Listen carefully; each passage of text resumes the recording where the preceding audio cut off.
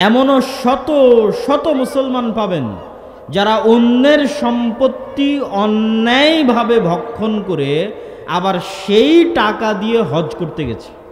আছে না নাই? আছে। এবং বাংলাদেশের সরকারি লেভেলের প্রত্যেকটা ধাপে ধাপে পদক্ষেপে পদক্ষেপে দুর্নীতি আছে। প্রত্যেকটা ধাপে এমনভাবে দুর্নীতি জেগে বসেছে, অথচ সে সালাত আদায় করে, অথচ সে সিয়াম পালন করে। আমি কতদিন সচিবালয়ে গেছি আমাদের একটা প্রাতিষ্ঠানিক কাজের জন্য, এই বছর বহুদিন সচিবালয়ে গেছি। বহু সচিব দেখবেন সালাত আদায় করছে, সিয়াম পালন করছে, বৃহস্পতিবারেরও সিয়াম পালন করছে, কিন্তু সে তার দায়িত্বের জায়গায় ন্যায়পরায়ণ নয়। তখন আমি বুঝলাম যে মুসলমানদের সমস্যা তো আসলে এখানে। একটা প্রজেক্ট আনতে হলে সেই রাস্তাঘাট হোক, যে কোনো কিছু হোক, এক একটা প্রজেক্টের অন্তত 25 থেকে 30% টাকা শুধু অবৈধভাবে ব্যয় হয়। একটা প্রজেক্ট যখন সরকারি অর্থ ওই বরাদ্দ হয়, যে কোনো প্রজেক্টের আপনি ভাগ দিবেন, ওই বরাদ্দের 25 থেকে 30% অর্থ অন্যায়ভাবে ব্যয় হয়। প্রজেক্ট কোন ঠিকাদারে পাবে, সেই ঠিকাদারে যাদের কাছ থেকে প্রজেক্ট নিয়ে আসবে তাদেরকে ঘুষ দিয়ে এসেছে। সাইট ইঞ্জিনিয়ারকে ঘুষ দিচ্ছে, স্থানীয় এমপি মন্ত্রী নেতা খেতাকে ঘুষ দিচ্ছে, নিজে নিচ্ছে। খুব জোর 60 অথবা 70% অর্থ ওই জায়গায় ব্যয় হয়, আর বাকি 30 থেকে 40% অর্থ অন্যায়ভাবে ব্যয় হয়। এবং এই ধরনের দুর্নীতির সাথে ব্যাপকভাবে মুসলমানেরা জড়িত, ব্যাপকভাবে। কয়টা মানুষকে আপনি আলাদা করতে পারবেন আমি নিজেও জানি না। কয়টা মুসলমানকে আপনি আলাদা করতে পারবেন ন্যায়পরায়ণতার মাপকাঠিতে, সত্যবাদিতার মাপকাঠিতে, আমানতদারিতার মাপকাঠিতে আমি নিজেও জানি না। বাংলাদেশে আমার ভোটের সময় কখনো থাকা হয়নি, এবার ছিলাম। প্রত্যেকটা মানুষ মিথ্যা কথা বলছে, জ্বলন্ত মিথ্যা কথা বলতেছে, চোখের সামনে মিথ্যা বলছে। প্রত্যেকটা প্রার্থীকে মিথ্যা বলছে যে আমি আপনাকে ভোট দিব, মিথ্যা বলে টাকা নিয়ে নিচ্ছে। অথচ সে ঈদের সালাতে আসতেছে, জুমার সালাতে আসতেছে, মসজিদ মাদ্রাসার কমিটির সভাপতি হিসেবে আছে, দায়িত্ব পালন করতেছে। তাহলে বাহ্যিকভাবে মুসলমানদের দাড়ি, টাকনোর উপর কাপড়, সালাত সিয়াম ঠিক আছে, কিন্তু ভিতর থেকে এরা খোখলা হয়ে গেছে চারিত্রিকভাবে, চরমভাবে চারিত্রিক অধপতনের শিকার। ইউরোপ এবং ইউকেতে বসবাসরত মুসলমানদের অনেকেই, আমি তাদেরকে কষ্ট দেওয়ার জন্য নয়, অনেকেই মিথ্যা বলে সরকারের কাছ থেকে বেনিফিট নেয়। 80% হতে পারে, 70% মুসলমান হতে পারে, মিথ্যা বলে। গভর্নমেন্টের কাছে মিথ্যা বলে, সেই দেশের গভর্নমেন্টের কাছে মিথ্যা বলে বেনিফিট নেয় যাতে অতিরিক্ত টাকা পাওয়া যায়। কেননা ওই দেশে চাইল্ড বেনিফিট আছে, ছোট বাচ্চা হলে তার বেনিফিট আছে, বেকার থাকলে তার বেনিফিট আছে, বয়স্ক হলে তার বেনিফিট আছে, ভাতা আছে। বেনিফিট মানে ভাতা। তো মিথ্যা বলে বেনিফিট নেয়। তাহলে মুসলমানদের, বেশিরভাগ মুসলমানদের রক্তের মধ্যে, মাংসের মধ্যে অন্যায়, অসততা, মিথ্যা, দুর্নীতি এগুলো প্রবেশ করে গেছে রক্তের মধ্যে। এবং সরকারি লেভেল বাদ দেন, যারা স্থানীয় পর্যায়ে ব্যবসা বাণিজ্য করে খাচ্ছে, তারাও প্রত্যেকটা ধাপে ধাপে মিথ্যা বলে অর্থ ইনকাম করতেছে, প্রত্যেকটা পদক্ষেপে মিথ্যা বলতেছে। তাদের কাছে সবচেয়ে সহজ কাজ মিথ্যা বলা, সবচেয়ে সহজ কাজ অন্যায় করা তথা ন্যায়পরায়ণতা ঠিক না রাখা, সবচেয়ে সহজ কাজ গীবত করা, সবচেয়ে সহজ কাজ গালি দেওয়া, সবচেয়ে সহজ কাজ অপবাদ দেওয়া। অথচ সবাই সালাত আদায়কারী, সবাই সিয়াম পালনকারী, সবারই টাকনোর উপর কাপড়, সবারই মুখে দাড়ি। আজকে অত্র অনুষ্ঠানে আমার সংক্ষিপ্ত বক্তব্যের বিষয়বস্তু মুসলিম উম্মার অধঃপতনের কারণ বিশ্লেষণ। আল্লাহ সুবহানাহু ওয়া তাআলা পবিত্র কোরআন মাজিদে বলেন, ইন্নাল্লাহা ইয়া'মুরুকুম আন তুআদ্দুল আমানাতি ইলা আহলিহা ওয়া ইযা হাকামতুম বাইনান নাস আন তাহকুমু বিল আদল।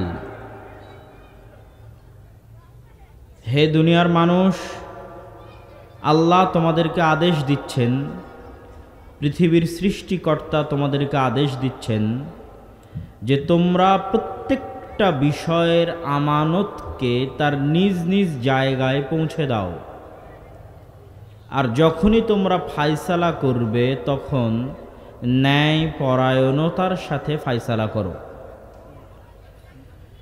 আল্লাহ সুবহানাহু ওয়া তাআলা পবিত্র কোরআন মাজিদে আরো বলেন, ইয়া আইয়ুহাল্লাযীনা আমানু কুনু কাওয়ামিনা বিল কিসত, হে ঈমানদারগণ তোমরা ন্যায় পরায়ণতা প্রতিষ্ঠাকারী হও, ন্যায় পরায়ণতা প্রতিষ্ঠা করো।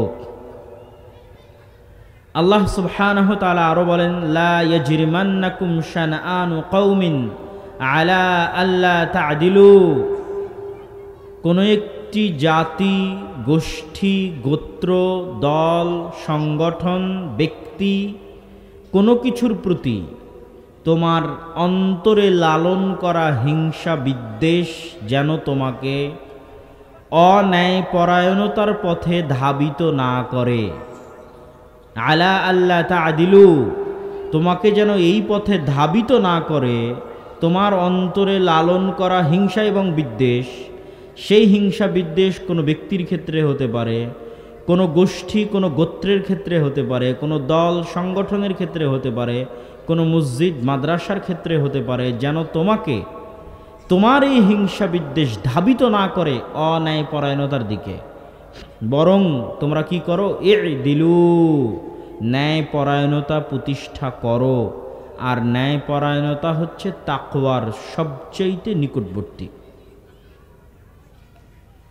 সম্মানিত উপস্থিতি,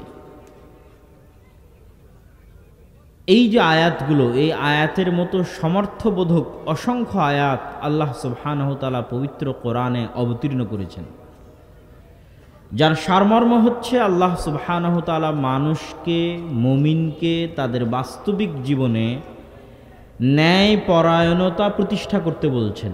প্রত্যেকটা বস্তুকে তার যথাযোগ্য মর্যাদায় রাখতে বলছেন। পাশাপাশি আল্লাহ সুবহানাহু ওয়া তাআলা এটাও ঘোষণা দিচ্ছেন যে আমি আল্লাহ ন্যায়পরায়ণ, এবং ইন্নী হাররামতু যুলমা আলাইয়া, আমি আল্লাহ আমার উপর জুলুম করাকে, অত্যাচার করাকে হারাম করেছি। ন্যায়পরায়ণতার আরবি হচ্ছে আদল, আদালাহ, ন্যায়পরায়ণতা। আর এর বিপরীতটা হচ্ছে জুলম, অত্যাচার। ন্যায়পরায়ণতার মাপকাঠিতে চুল পরিমাণ 19-20 অত্যাচার। যে ন্যায়পরায়ণতার মাপকাঠিতে যত বেশি পরিমাণ 19-20 করবে সে তত বড় অত্যাচারী। তো আল্লাহ বলছেন আমি ন্যায়পরায়ণ, শতভাগ ন্যায়পরায়ণ। আর হাররামতু যুলমা আলাইয়া, চুল পরিমাণ অত্যাচার এবং জুলম করাকে আমি আল্লাহ আমার উপর হারাম করে নিয়েছি। পৃথিবীর মানুষ যদি কোথাও ন্যায়পরায়ণতা না পায়, জজ কোর্ট, হাইকোর্ট, সুপ্রিম কোর্ট, গ্রাম্য সালিশ, পারিবারিক বিচার, প্রাতিষ্ঠানিক বিচার সালিশ, কোথাও যদি ন্যায়পরায়ণতা না পায়, তাহলে কিয়ামতের মাঠে আমি আল্লাহ শতভাগ ন্যায়পরায়ণতা তাকে বুঝিয়ে দিব। সৃষ্টিকর্তা হিসেবে এটা আমার উপর আমি ফরজ করে নিয়েছি, এটা আমার জিম্মেদারি, এটা আমার দায়িত্ব। এই জন্য আমি আমার উপর জুলমকে হারাম করেছি। মানুষ যদি মানুষের কাছে ন্যায়পরায়ণতা বুঝে না পায়, পৃথিবীর কোনো আইন, কোনো আদালত, কোনো বিচার, কোনো সালিশ মানুষকে যদি ন্যায়পরায়ণতা না দেয়, আর কিয়ামতের মাঠেও মানুষ যদি আল্লাহ সুবহানাহু ওয়া তাআলার কাছে ন্যায়পরায়ণতা না পায়, তাহলে আল্লাহ সুবহানাহু ওয়া তাআলা তার নিজস্ব দাবিতে মিথ্যুক হবেন, নাউজুবিল্লাহ। কিন্তু যেহেতু তিনি সত্যবাদী, এবং যেহেতু তিনি ওয়াদা দিলে রক্ষা করেন, এবং যেহেতু তিনি শতভাগ ন্যায়পরায়ণ, এই জন্য কে কত বড় তাহাজ্জুদ গুজার, আর কে কত বড় দানশীল, আর কে কত বড় আলেম, এইটা বিবেচনা করে আল্লাহ কিয়ামতের মাঠে বিচার করবেন না। যত বড় দানশীল হোক, যত বড় নেতা হোক, যত বড় আলেম হোক, যত বড় তাহাজ্জুদ গুজার হোক, দুনিয়ার কোনো মানুষের উপর যদি চুল পরিমাণ অত্যাচার করে থাকে, ন্যায়পরায়ণতা পরিপূর্ণভাবে আদায় না করে থাকে, সেটা স্ত্রীর সাথেই হোক না কেন। ন্যায়পরায়ণতা খুবই ভয়ঙ্কর জিনিস, সেটা স্ত্রীর সাথেই হোক না কেন। ওই যে আল্লাহ বলেছে যে আব্দুল আমানাত, যার যা হক সেটা তাকে বুঝিয়ে দাও, এটাই ন্যায়পরায়ণতা। যে যতটুকু পায় তাকে ততটুকু দিয়ে দাও, এটাই ন্যায়পরায়ণতা। যে যতটুকু পাওয়ার হকদার তার ততটুকু আদায় করো। তোমার বাপ মা তোমার কাছে কেমন সম্মান পাওয়ার হকদার, তার চেয়ে চুল পরিমাণ সম্মান কম করলে ওটাই অত্যাচার, ওটাই জুলম। তোমার স্ত্রী তোমার কাছে কি কি জিনিস পাওয়ার হক রাখে সেটা পরিপূর্ণ আদায় করো, এটাই ন্যায়পরায়ণতা। আদায় না করা জুলম। তোমার বোন তোমার বাপের সম্পত্তিতে কি পরিমাণ ভাগ পায় এটা আদায় করা ন্যায়পরায়ণতা, আর এটা আদায় করতে চুল পরিমাণ গড়িমসি করা জুলম। এখন ওই ভাই যদি রাত দিন তাহাজ্জুদের সালাত আদায় করে, প্রত্যেক বছর হজ করে, কোটি কোটি টাকা দান করে, আর বোনের সম্পত্তি বুঝিয়ে দিতে গড়িমসি করে, চুল পরিমাণ অন্যায়পরায়ণতা করে, তাহলে কিয়ামতের মাঠে আল্লাহ তাকে তার তাহাজ্জুদের জন্য, তার হজের জন্য, তার দানের জন্য ছাড় দিবেন না। ন্যায়পরায়ণতা শতভাগ প্রতিষ্ঠা করে ছাড়বেন। এই জন্য তিনি আল্লাহ, এই জন্য তিনি রব্বুল আলামিন, এই জন্য তিনি ইলাহ। শতভাগ ন্যায়পরায়ণতা প্রতিষ্ঠা করে ছাড়বেন। কিন্তু আজ আমাদের মুসলমানদের দুর্ভাগ্যজনক হলেও সত্য যে আজ আমাদের মুসলমানদের মধ্যে বাহ্যিক ইবাদত, বাহ্যিক আমল ব্যাপকভাবে উপস্থিত থাকলেও আভ্যন্তরীণভাবে চারিত্রিক অধঃপতন আমাদেরকে ধ্বংস করে ফেলেছে।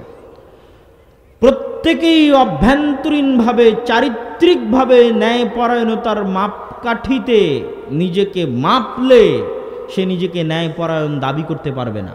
আমি নিজেকে সহ সবাইকে সহ বলছি, বিশেষ করে মুসলমানদেরকে লক্ষ্য করে বলছি যে আজকে আমার বক্তব্যের টপিক ছিল মুসলমানদের অধঃপতনের কারণ কি।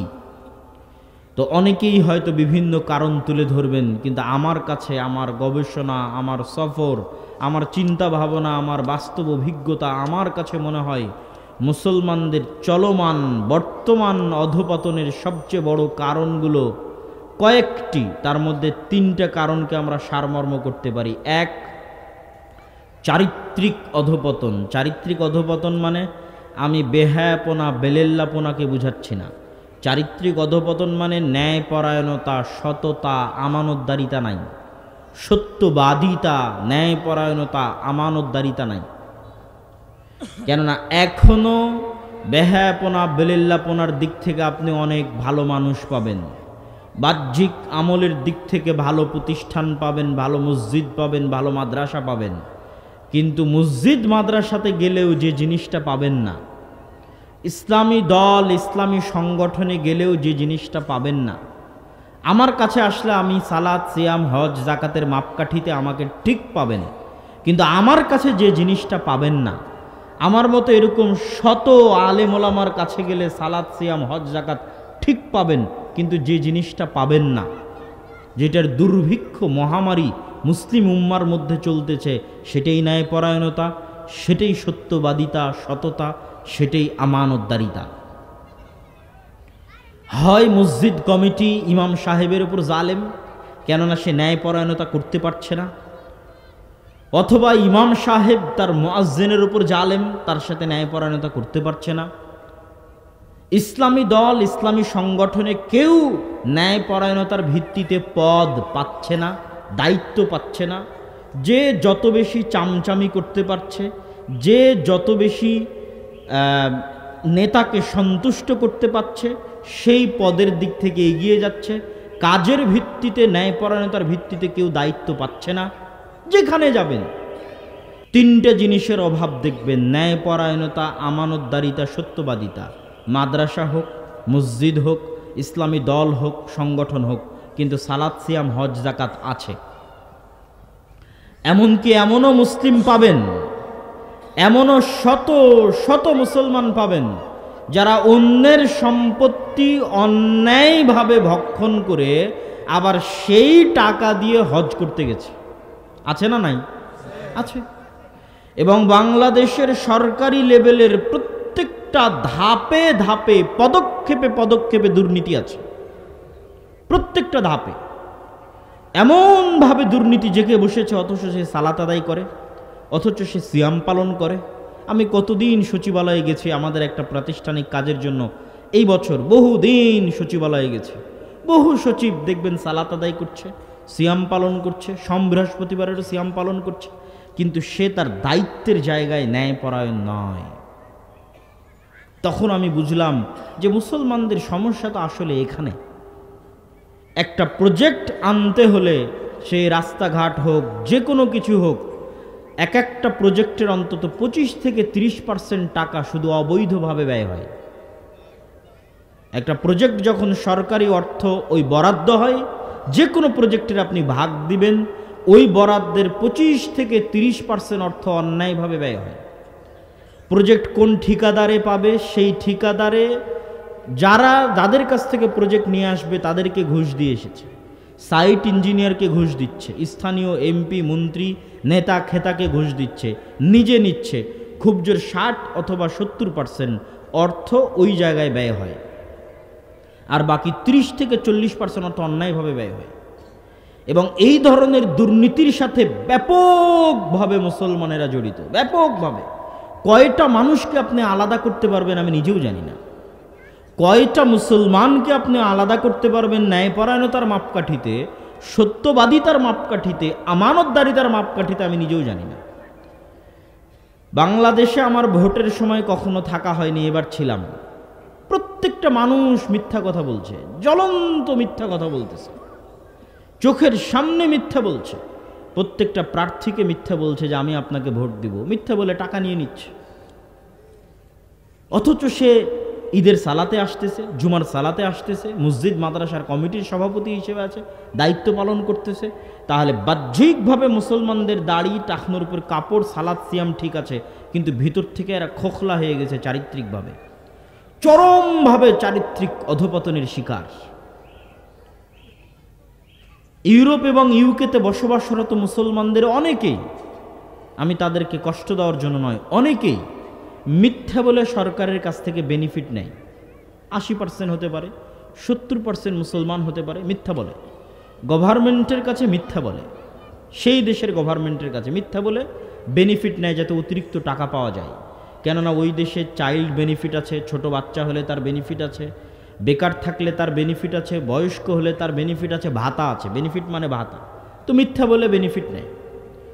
তাহলে মুসলমানদের, বেশিরভাগ মুসলমানদের রক্তের মধ্যে, মাংসের মধ্যে অন্যায়, অসততা, মিথ্যা, দুর্নীতি এগুলো প্রবেশ করে গেছে রক্তের মধ্যে। এবং সরকারি লেভেল বাদ দেন, যারা স্থানীয় পর্যায়ে ব্যবসা বাণিজ্য করে খাচ্ছে, তারাও প্রত্যেকটা ধাপে ধাপে মিথ্যা বলে অর্থ ইনকাম করতেছে, প্রত্যেকটা পদক্ষেপে মিথ্যা বলতেছে। তাদের কাছে সবচেয়ে সহজ কাজ মিথ্যা বলা, সবচেয়ে সহজ কাজ অন্যায় করা তথা ন্যায়পরায়ণতা ঠিক না রাখা, সবচেয়ে সহজ কাজ গীবত করা, সবচেয়ে সহজ কাজ গালি দেওয়া, সবচেয়ে সহজ কাজ অপবাদ দেওয়া। অথচ সবাই সালাত আদায়কারী, সবাই সিয়াম পালনকারী, সবারই টাকনোর উপর কাপড়, সবারই মুখে দাড়ি। তাহলে সমস্যা ওখানে নয়, সমস্যা কোথায় সেটা আমাদের খুঁজে বের করতে হবে। সম্মানিত উপস্থিতি, তাহলে মুসলমানদের সামগ্রিক অধপতনের 1 নাম্বার বলেছি চারিত্রিক অধপতন। এবং এই চারিত্রিক অধপতন দেখা দিয়েছিল বানু ইসরাইলের মধ্যে। চারিত্রিক অধপতন মানে আমি বেহায়াপনা, বেলেল্লাপনার কথা বলিনি। সত্য বলার সাহস নাই, ন্যায়পরায়ণতা বাস্তবায়ন করার হ্যাডম নাই, সাহস নাই, হিম্মত নাই। চুরি, বাটপারি, দুর্নীতি, মিথ্যার মধ্যে জীবন, জন্ম থেকে মৃত্যু পর্যন্ত। এই জন্য এরা গোলাম। আর একই স্বভাব প্রবেশ করেছিল বানু ইসরাইলের মধ্যে। বানু ইসরাইল কারা? নবী ইয়াকুব আলাইহিস সালাতু ওয়াস সালামের সন্তানদের বলা হয় বানু ইসরাইল। ইয়াকুব আলাইহিস সালাতু ওয়াস সালামের অপর নাম হচ্ছে ইসরাইল। ইয়াকুব আলাইহিস সালাতু ওয়াস সালাম কার সন্তান? ইসহাক আলাইহিস সালাতু ওয়াস সালামের সন্তান। ইসহাক আলাইহিস সালাতু ওয়াস সালাম কার সন্তান? ইব্রাহিম আলাইহিস সালাতু ওয়াস সালামের সন্তান। এখানে একটা মজার কথা বলে রাখি, পৃথিবীর তিনটা ধর্ম হচ্ছে সেমেটিক রিলিজিয়ান বা আব্রাহামিক রিলিজিয়ান। ইব্রাহিম আলাইহিস সালাতু ওয়াস সালামের ডিসেন্ডেন্ট, তার বংশধর দাবি করে মিল্লাতে ইব্রাহিমের অনুসারী হওয়ার দাবিদার পৃথিবীর 3টা ধর্ম: ইহুদি, খ্রিস্টান, ইসলাম, মুসলমানেরা। যদিও সবাই মুসলমান ছিলেন, আল্লাহ কোরআনে বলছেন ইব্রাহিম ইহুদিও ছিলেন না, নাসারাও ছিলেন না, বরং কি ছিলেন? মুসলিমা, মুমিনা, তিনি মুসলিম ছিলেন।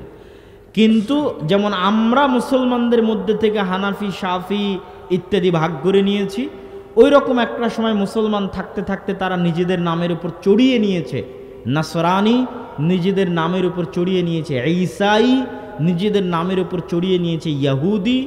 ঠিক আছে, এই ধরনের নাম তারা নিজেদের উপর চড়িয়ে নিয়েছে, কিন্তু তারাও আব্রাহামিক রিলিজিয়ান।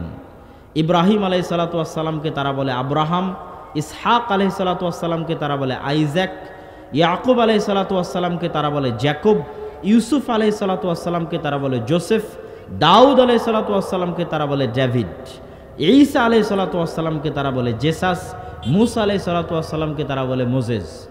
মেইন ঘটনাগুলো এক। যেমন নূহ আলাইহিসসালামের বন্যার ঘটনা কোরআনে আছে, তেমন নূহ আলাইহিসসালামের বন্যার ঘটনা তাওরাতে আছে, তোরা, তারা বলে তোরা, ওল্ড টেস্টামেন্ট। তেমন নূহ আলাইহিসসালামের বন্যার ঘটনা ইনজিল বা নিউ টেস্টামেন্ট বা বাইবেলের মধ্যেও আছে। ঘটনার ধারা বিবরণীতে পার্থক্য থাকতে পারে। যেমন ইসমাইল আলাইহিসসালাতু ওয়াসসালামের জবাই করার ঘটনা কোরআনে আছে, ঠিক তেমনি জবাইয়ের ঘটনা তোরাহ বা তাওরাত বা ওল্ড টেস্টামেন্টেও আছে, ইনজিল বা নিউ টেস্টামেন্ট বা বাইবেলেও আছে। কিন্তু সেখানে নাম পরিবর্তন হয়ে আছে ইসহাক।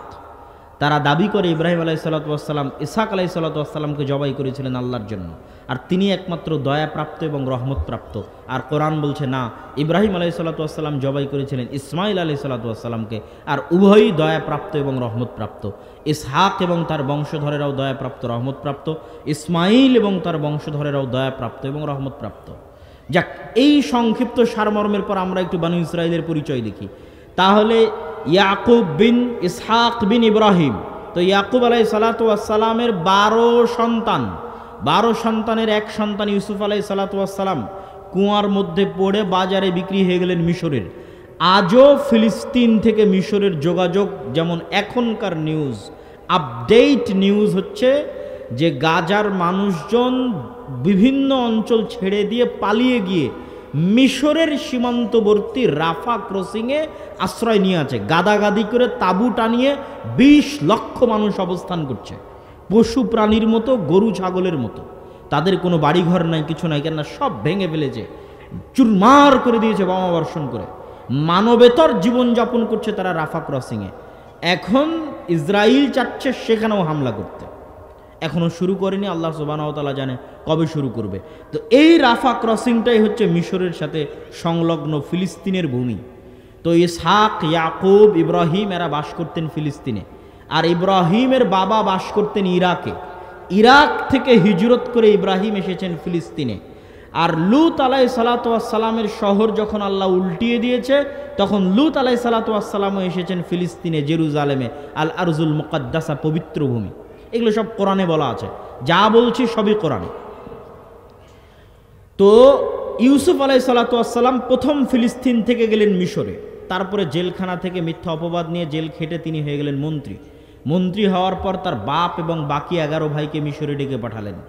তো বাপ এবং বাকি 11 ভাই মিশরে গিয়ে যখন তাকে সিজদা করছে বাকি 11 ভাই, তখন ইউসুফ আলাইহিস সালাম বলছেন, বাবা হাদা তাবিলুর উয়ায়া, এই যে এইটাই হচ্ছে আমার ওই স্বপ্নের ব্যাখ্যা, যেই স্বপ্ন আমি ছোটবেলায় দেখেছিলাম, ইন্নী রাআইতু আহাদা আশারা কাওকাবা, যে 11টা তারকা আমাকে সিজদা করতেছে, সেই স্বপ্নের ব্যাখ্যা এই যে আমার 11 ভাই আমাকে সিজদা করতেছে।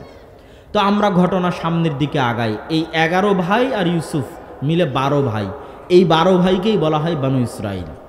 ইউসুফ আলাইহিসসালাতু ওয়াসসালামের মৃত্যুর পরে ফেরাউনেরা যখন ক্ষমতায় আসে, তখন ফেরাউন ইউসুফের বংশধরদেরকে, ইয়াকুবের বংশধরদেরকে গোলাম বানায়, এবং এই গোলামির জীবনযাপন তারা করে 300, 350, 400 বছর। 300, 350, 400 বছর পর নতুন নবী মুসা, ইউসুফ থেকে মুসার ব্যবধান 300, 350, 400 বছর। তাহলে ইউসুফ আলাইহিস সালামের মৃত্যুর পর বানু ইসরাইল ফেরাউনের গোলাম হয়ে গেল। আর ফেরাউনের গোলাম থাকা অবস্থায় জন্ম নিল নতুন নবী মুসা। কেমন গোলাম ছিল ফেরাউনের? আল্লাহ কোরআনে বলছেন, ইউযাব্বিহুনা আবনাআকুম ওয়া ইস্তাহইউনা নিসাআকুম ওয়া ফি যালিকুম বালাউম মির রাব্বিকুম আযীম। ফেরাউন তোমাদের ছেলে সন্তানদের তোমাদের চোখের সামনে জবাই করত, জীবন্ত জবাই করত। ওয়া ইস্তাহইউনা নিসাআকুম, আর তোমাদের মেয়ে সন্তানদের বাঁচিয়ে রাখত। এই রকম জুলুম ছিল। এই রকম গোলাম ছিলে। আজকের যুগের ফেরাউনেরা যেমন সারা পৃথিবীর মানুষের চোখের সামনে, সারা পৃথিবীর মানুষের চোখের সামনে Facebook, YouTube, Instagram, Twitter, BBC, CNN, Al Jazeera, সারা পৃথিবীর টিভি, ক্যামেরা, চ্যানেলের লাইভের সামনে আজকের যুগের ফেরাউনেরা যেমন মুসলমানদেরকে ওপেন জবাই করতেছে, কেউ বাধা দেওয়ার নাই, কেউ ঠেকানোর নাই, একই রকম গোলামি, গোলামি সেম। ওই বানু ইসরায়েলেরা একই রকম গোলামি করেছিল ফেরাউনের, যখন ফেরাউন তাদের চোখের সামনে তাদের ছেলে সন্তানদের জবাই করত। আর আজকে সারা পৃথিবীর চোখের সামনে বানু ইসমাইলের সন্তানদের জবাই করতেছে আজকের যুগের ফেরাউনেরা। গোলামির লেভেল একই। তথা ওই যুগের বানু ইসরায়েলেরা ওই যুগের ফেরাউনের যেমন গোলাম ছিল, আমরা আজকের মুসলমানেরা এই যুগের ফেরাউনের তেমনই গোলাম। ওই যুগের বানু ইসরায়েলদের যেমন ন্যূনতম স্বাধীনতা ছিল না, আজকের যুগের যারা আমরা মুসলমান বানু ইসমাইল, কিন্তু এই যুগের বানু ইসরায়েল তাদেরও ওই রকম ন্যূনতম স্বাধীনতা নাই।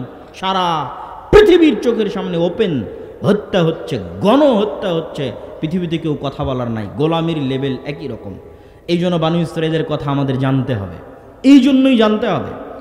কোরআনে একমাত্র জাতি বানু ইসরায়েল যাদের কথা আল্লাহ বিস্তারিত বলেছেন। কোরআনে একমাত্র জাতি বানু ইসরায়েল যাদের কথা আল্লাহ বিস্তারিত বলেছেন। পবিত্র কোরআনে একমাত্র জাতি বানু ইসরায়েল যাদের কথা আল্লাহ বিস্তারিত বলেছেন। আর কোন জাতির কথা, কোন কওমের কথা আল্লাহ তো বিস্তারিত বলেননি।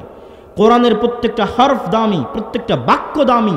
এত দামি গ্রন্থর একটা বেশিরভাগ অংশ আল্লাহ পরিপূর্ণ করে রেখেছেন শুধু বানু ইসরায়েলের ঘটনা দিয়ে, যে বানু ইসরায়েলরা এই করলো, বানু ইসরায়েলদের সাথে এই হলো, বানু ইসরায়েলরা এই করলো, বানু ইসরায়েলের সাথে এই হলো। কেন?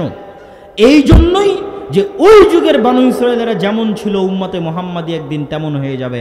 আরো সারমর্ম করে বললে, এই কোরআন যাদের কাছে থাকবে, এই কোরআন যারা পড়বে, তাদের জন্য বানু ইসরায়েলের ঘটনা কোরআনে দিয়ে দিলাম। কেননা বানু ইসরায়েলদের সাথে যেমন হয়েছিল, বানু ইসরায়েলেরা যেমন করছিল, এই কোরআনের যারা অনুসারী হবে তাদেরও একদিন অবস্থা ওই রকম, ওই পর্যায়ে হয়ে যাবে। তারা যেন বানু ইসরায়েলের ঘটনা দেখে শিখতে পারে, বানু ইসরায়েলের ঘটনা পড়ে শিক্ষা নিতে পারে যে আজ আমরা কোন অবস্থায় আছি, আর আজ থেকে 5000 বছর আগে আল্লাহ কোরআনে বলছে বানু ইসরায়েলেরা কি অবস্থায় ছিল। অবস্থা তো একই রকম, হুবহু একই রকম অবস্থা। তাহলে ওই বানু ইসরায়েলেরা কি কারণে এই অবস্থার মধ্যে ছিল, ওই একই কারণে আমরা এই অবস্থার মধ্যে আছি। ওই বানু ইসরায়েলেরা কিসের মাধ্যমে এই অবস্থা থেকে পরিত্রাণ পেতে পারত, আমরা ওইটার মাধ্যমে পরিত্রাণ পাবো, এটা শিখতে হবে। তো এই বানু ইসরায়েলদের ঘটনা আল্লাহ সুবহানাহু ওয়া তাআলা কোরআনে বলেছে তাদের সাথে আমাদের অবস্থা মিলানোর জন্য, তাদের চারিত্রিক নৈতিক অধঃপতন দেখানোর জন্য। আমাদের চারিত্রিক নৈতিক অধঃপতন কোন জায়গায় গেছে সেটার সাথে মিলানোর জন্য সংক্ষিপ্ত কয়েকটি ঘটনা যা কোরআনেই আছে। যখন মুসা আলাইহিস সালাতু ওয়াস সালাম বানু ইসরায়েলদের নিয়ে সমুদ্র পার হচ্ছেন, সমুদ্র পার হয়ে পালিয়ে যাচ্ছেন না, ফিরে যাচ্ছেন। কোথায় ফিরে যাচ্ছেন? মুসা আলাইহিস সালামের 400 বছর আগে, যখন ইউসুফ আলাইহিস সালাম আর তার 11 ভাই ফিলিস্তিন থেকে মিশর এসেছিলেন বাবা ইয়াকুব সহ। আজ 400 বছর পর মুসা আলাইহিস সালাম ওই বানু ইসরায়েলদের নিয়েই ফিরে যাচ্ছেন ওই ফিলিস্তিনে, ওই জেরুজালেমে, পালিয়ে না। মুসা আলাইহিস সালামের 400 বছর আগে ইউসুফ আলাইহিস সালাম এবং তার 11 ভাই এবং তাদের বাবা ইয়াকুব কোথায় থেকে এসেছিলেন? ফিলিস্তিন, জেরুজালেম থেকে। তো 400 বছর পর মুসা আলাইহিস সালাম পালিয়ে যাচ্ছেন না, পালিয়ে গেলে আফ্রিকায় যেতেন। উনি আফ্রিকায় যাননি, উনি ফিরে যাচ্ছেন ফিলিস্তিনে, জেরুজালেমে, আল আরজুল মুকাদ্দাসা, পবিত্র ভূমিতে। তো ফিরে যাওয়ার সময় লোহিত সাগরে 12টা রাস্তা আল্লাহ তৈরি করে দিলেন। কেন 12টা রাস্তা? ইয়াকুব আলাইহিস সালামের 12 সন্তানের সম্মানে।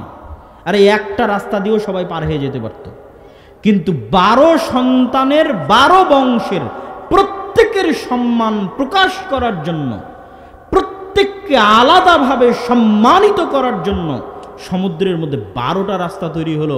12টা রাস্তা দিয়ে 12টা গোত্র, 12টা সন্তানের 12টা বংশধর পার হয়ে গেল। পার হয়ে যাওয়ার পর বিশাল মরুভূমি, আজও মরুভূমি। আজও যেখানে তুর পাহাড় আছে, সেই তুর পাহাড়ের আশেপাশে সিনাই মরুভূমি। বিশাল মরুভূমি, সৌদি আরবের সীমান্তবর্তী, মিশরের সীমান্তবর্তী, ইসরায়েল ফিলিস্তিন জর্ডানের সীমান্তবর্তী এই মধ্যের বিশাল মরুভূমির নাম সিনাই মরুভূমি। এই মরুভূমির মধ্যে আছে তুর পাহাড়, যেই পাহাড়ে ইবাদত করতে গেছিলেন মুসা আলাইহিস সালাতু ওয়াস সালাম 40 রাতের জন্য আল্লাহ সুবহানাহু ওয়া তাআলার। তো মরুভূমিতে তো পানি নাই, লোহিত সাগরের লবণাক্ত পানি খাওয়া সম্ভব নয়, মিশরে ফিরে যাওয়াও সম্ভব নয়, আর ফিলিস্তিনে জেরুজালেমে বসবাস করতে শক্তিশালী আমালেকা গোত্র ঢুকাও সম্ভব নয়। তো এখন মরুভূমিতে ঘুরপাক খাও, পানির ব্যবস্থা কেমনে হবে? ওয়াইজ ইসতাসকা মূসা লিকাওমিহি ফাকুলনা যরিব বিআসাকাল হাজারা ফানফাজারাত মিনহু ইসনাতা আশারাতা আইনা। যখন বানু ইসরাইলেরা মুসাকে বলল মরুভূমিতে পানির ব্যবস্থা নাই, তোমার আল্লাহকে বলো পানির ব্যবস্থা করে দিতে। আমি মুসাকে বললাম, মুসা তোমার হাতের লাঠি দিয়ে পাথরে আঘাত করো। যখনই মুসা হাতের লাঠি দিয়ে পাথরে আঘাত করলো, তখন ইয়াকুব আলাইহিস সালামের 12 সন্তানের 12 বংশের জন্য পাথর থেকে 12টি ঝর্ণাধারা প্রবাহিত হয়ে গেল। আল্লাহু আকবার! কি সম্মান আল্লাহ বানু ইসরাইলকে দিয়েছিলেন। আল্লাহ কোরআনে বলছেন যে এই সম্মানগুলো আমি তাদেরকে দিয়েছিলাম। তারপরে তারা বলছে খাবার তো নাই, মরুভূমিতে কি উৎপাদন করবে? খাবার নাই। আল্লাহ বলছেন আমি জান্নাত থেকে পাঠিয়ে দিলাম মান্নার সালোয়া তোমাদের জন্য। মান্নার সালোয়া কি? মুফাসসিরিনে কেরাম লিখছেন কোয়েল জাতীয় দামি এক প্রকার পাখি, যা সকালবেলা গাছে এসে বসতো, ওইটাকে জবাই করা হতো। আর ওই গোস্তের সাথে পৃথিবীর সবচেয়ে উন্নত জাতের মাশরুম, যা মরুভূমিতে বৃষ্টি হলে হয়, তাছাড়া অন্য কোথাও হয় না, যার বর্তমান কেজি 1 কেজির দাম বাংলাদেশি টাকায় 5 লক্ষ টাকা। ওই দামি মাশরুম আর ওই পাখির গোস্ত, এটা জান্নাত থেকে আসতো আল্লাহ সুবহানাহু ওয়া তাআলার পক্ষ থেকে। তাহলে পর কতগুলো নিয়ামত সমুদ্রের মধ্যে চোখের সামনে দেখলো, রাস্তা হয়ে যাচ্ছে চোখের সামনে। ওয়াংতুম তানজুরুন, তোমরা নিজেরা চোখের সামনে দেখেছো ফেরাউনকে ডুবে মরতে। কোন ফেরাউন? যে ফেরাউন তোমাদের ছেলে সন্তানদের জবাই করত, ওই ফেরাউনকে তোমরা তোমাদের চোখের সামনে ডুবে মরতে দেখেছো। আর কি? তোমাদের জন্য পাথর থেকে ঝর্ণাধারা প্রবাহিত করে দিয়েছি। আর কি? জান্নাত থেকে তোমাদের জন্য খাবার দিয়েছি। তারপরে এবার আল্লাহ বলছে তোমরা এবার দেখো উম্মতে মুহাম্মাদি, যে এত দয়া, এত করুণা, এত রহমত করার পর বানু ইসরাইল পাল্টা কেমন নিমক হারামি করলো, কেমন ধোকাবাজি করলো, কেমন শঠতা করলো, কেমন মুনাফিকি করলো আল্লাহর সাথে। দেখো মুসা আলাইহিস সালাম যখন তুর পাহাড় থেকে তাওরাত নিয়ে ফিরে আসছে, তখন বানু ইসরাইল বলছে লান নুমিনা হাত্তা নারাল্লাহ জাহরাতান, ততক্ষণ পর্যন্ত তোমার এই তাওরাতে বিশ্বাস করব না যতক্ষণ না নিজে চোখে তোমার আল্লাহকে না দেখব। নাউজুবিল্লাহ! এর চেয়ে বড় আর কি দেখবি তোরা, যে চোখের সামনে ফেরাউন মরে গেল, সমুদ্রের মধ্যে দিয়ে রাস্তা তৈরি হয়ে গেল, পাথর ফেটে ঝর্ণাধারা বের হলো, আসমান থেকে জান্নাত থেকে খাদ্য আসতেছে, আর কি লেখা লাগে? তো বলে আল্লাহকে স্বচক্ষে না দেখলে তোমার তাওরাত মানব না। 40 রাতের জন্য যখন ইবাদত করতে গেল মুসা আলাইহিস সালাম, ইত্তাখাযতুমুল ইজল, তোমরা বাছুরের পূজা করা শুরু করেছিলে, শিরক করেছিলে। মাত্র 40 দিনের ব্যবধানে, মাত্র 40 দিনে তোমরা শিরকে লিপ্ত হয়েছো আল্লাহকে ভুলে গিয়ে। আর কি করেছো তোমরা?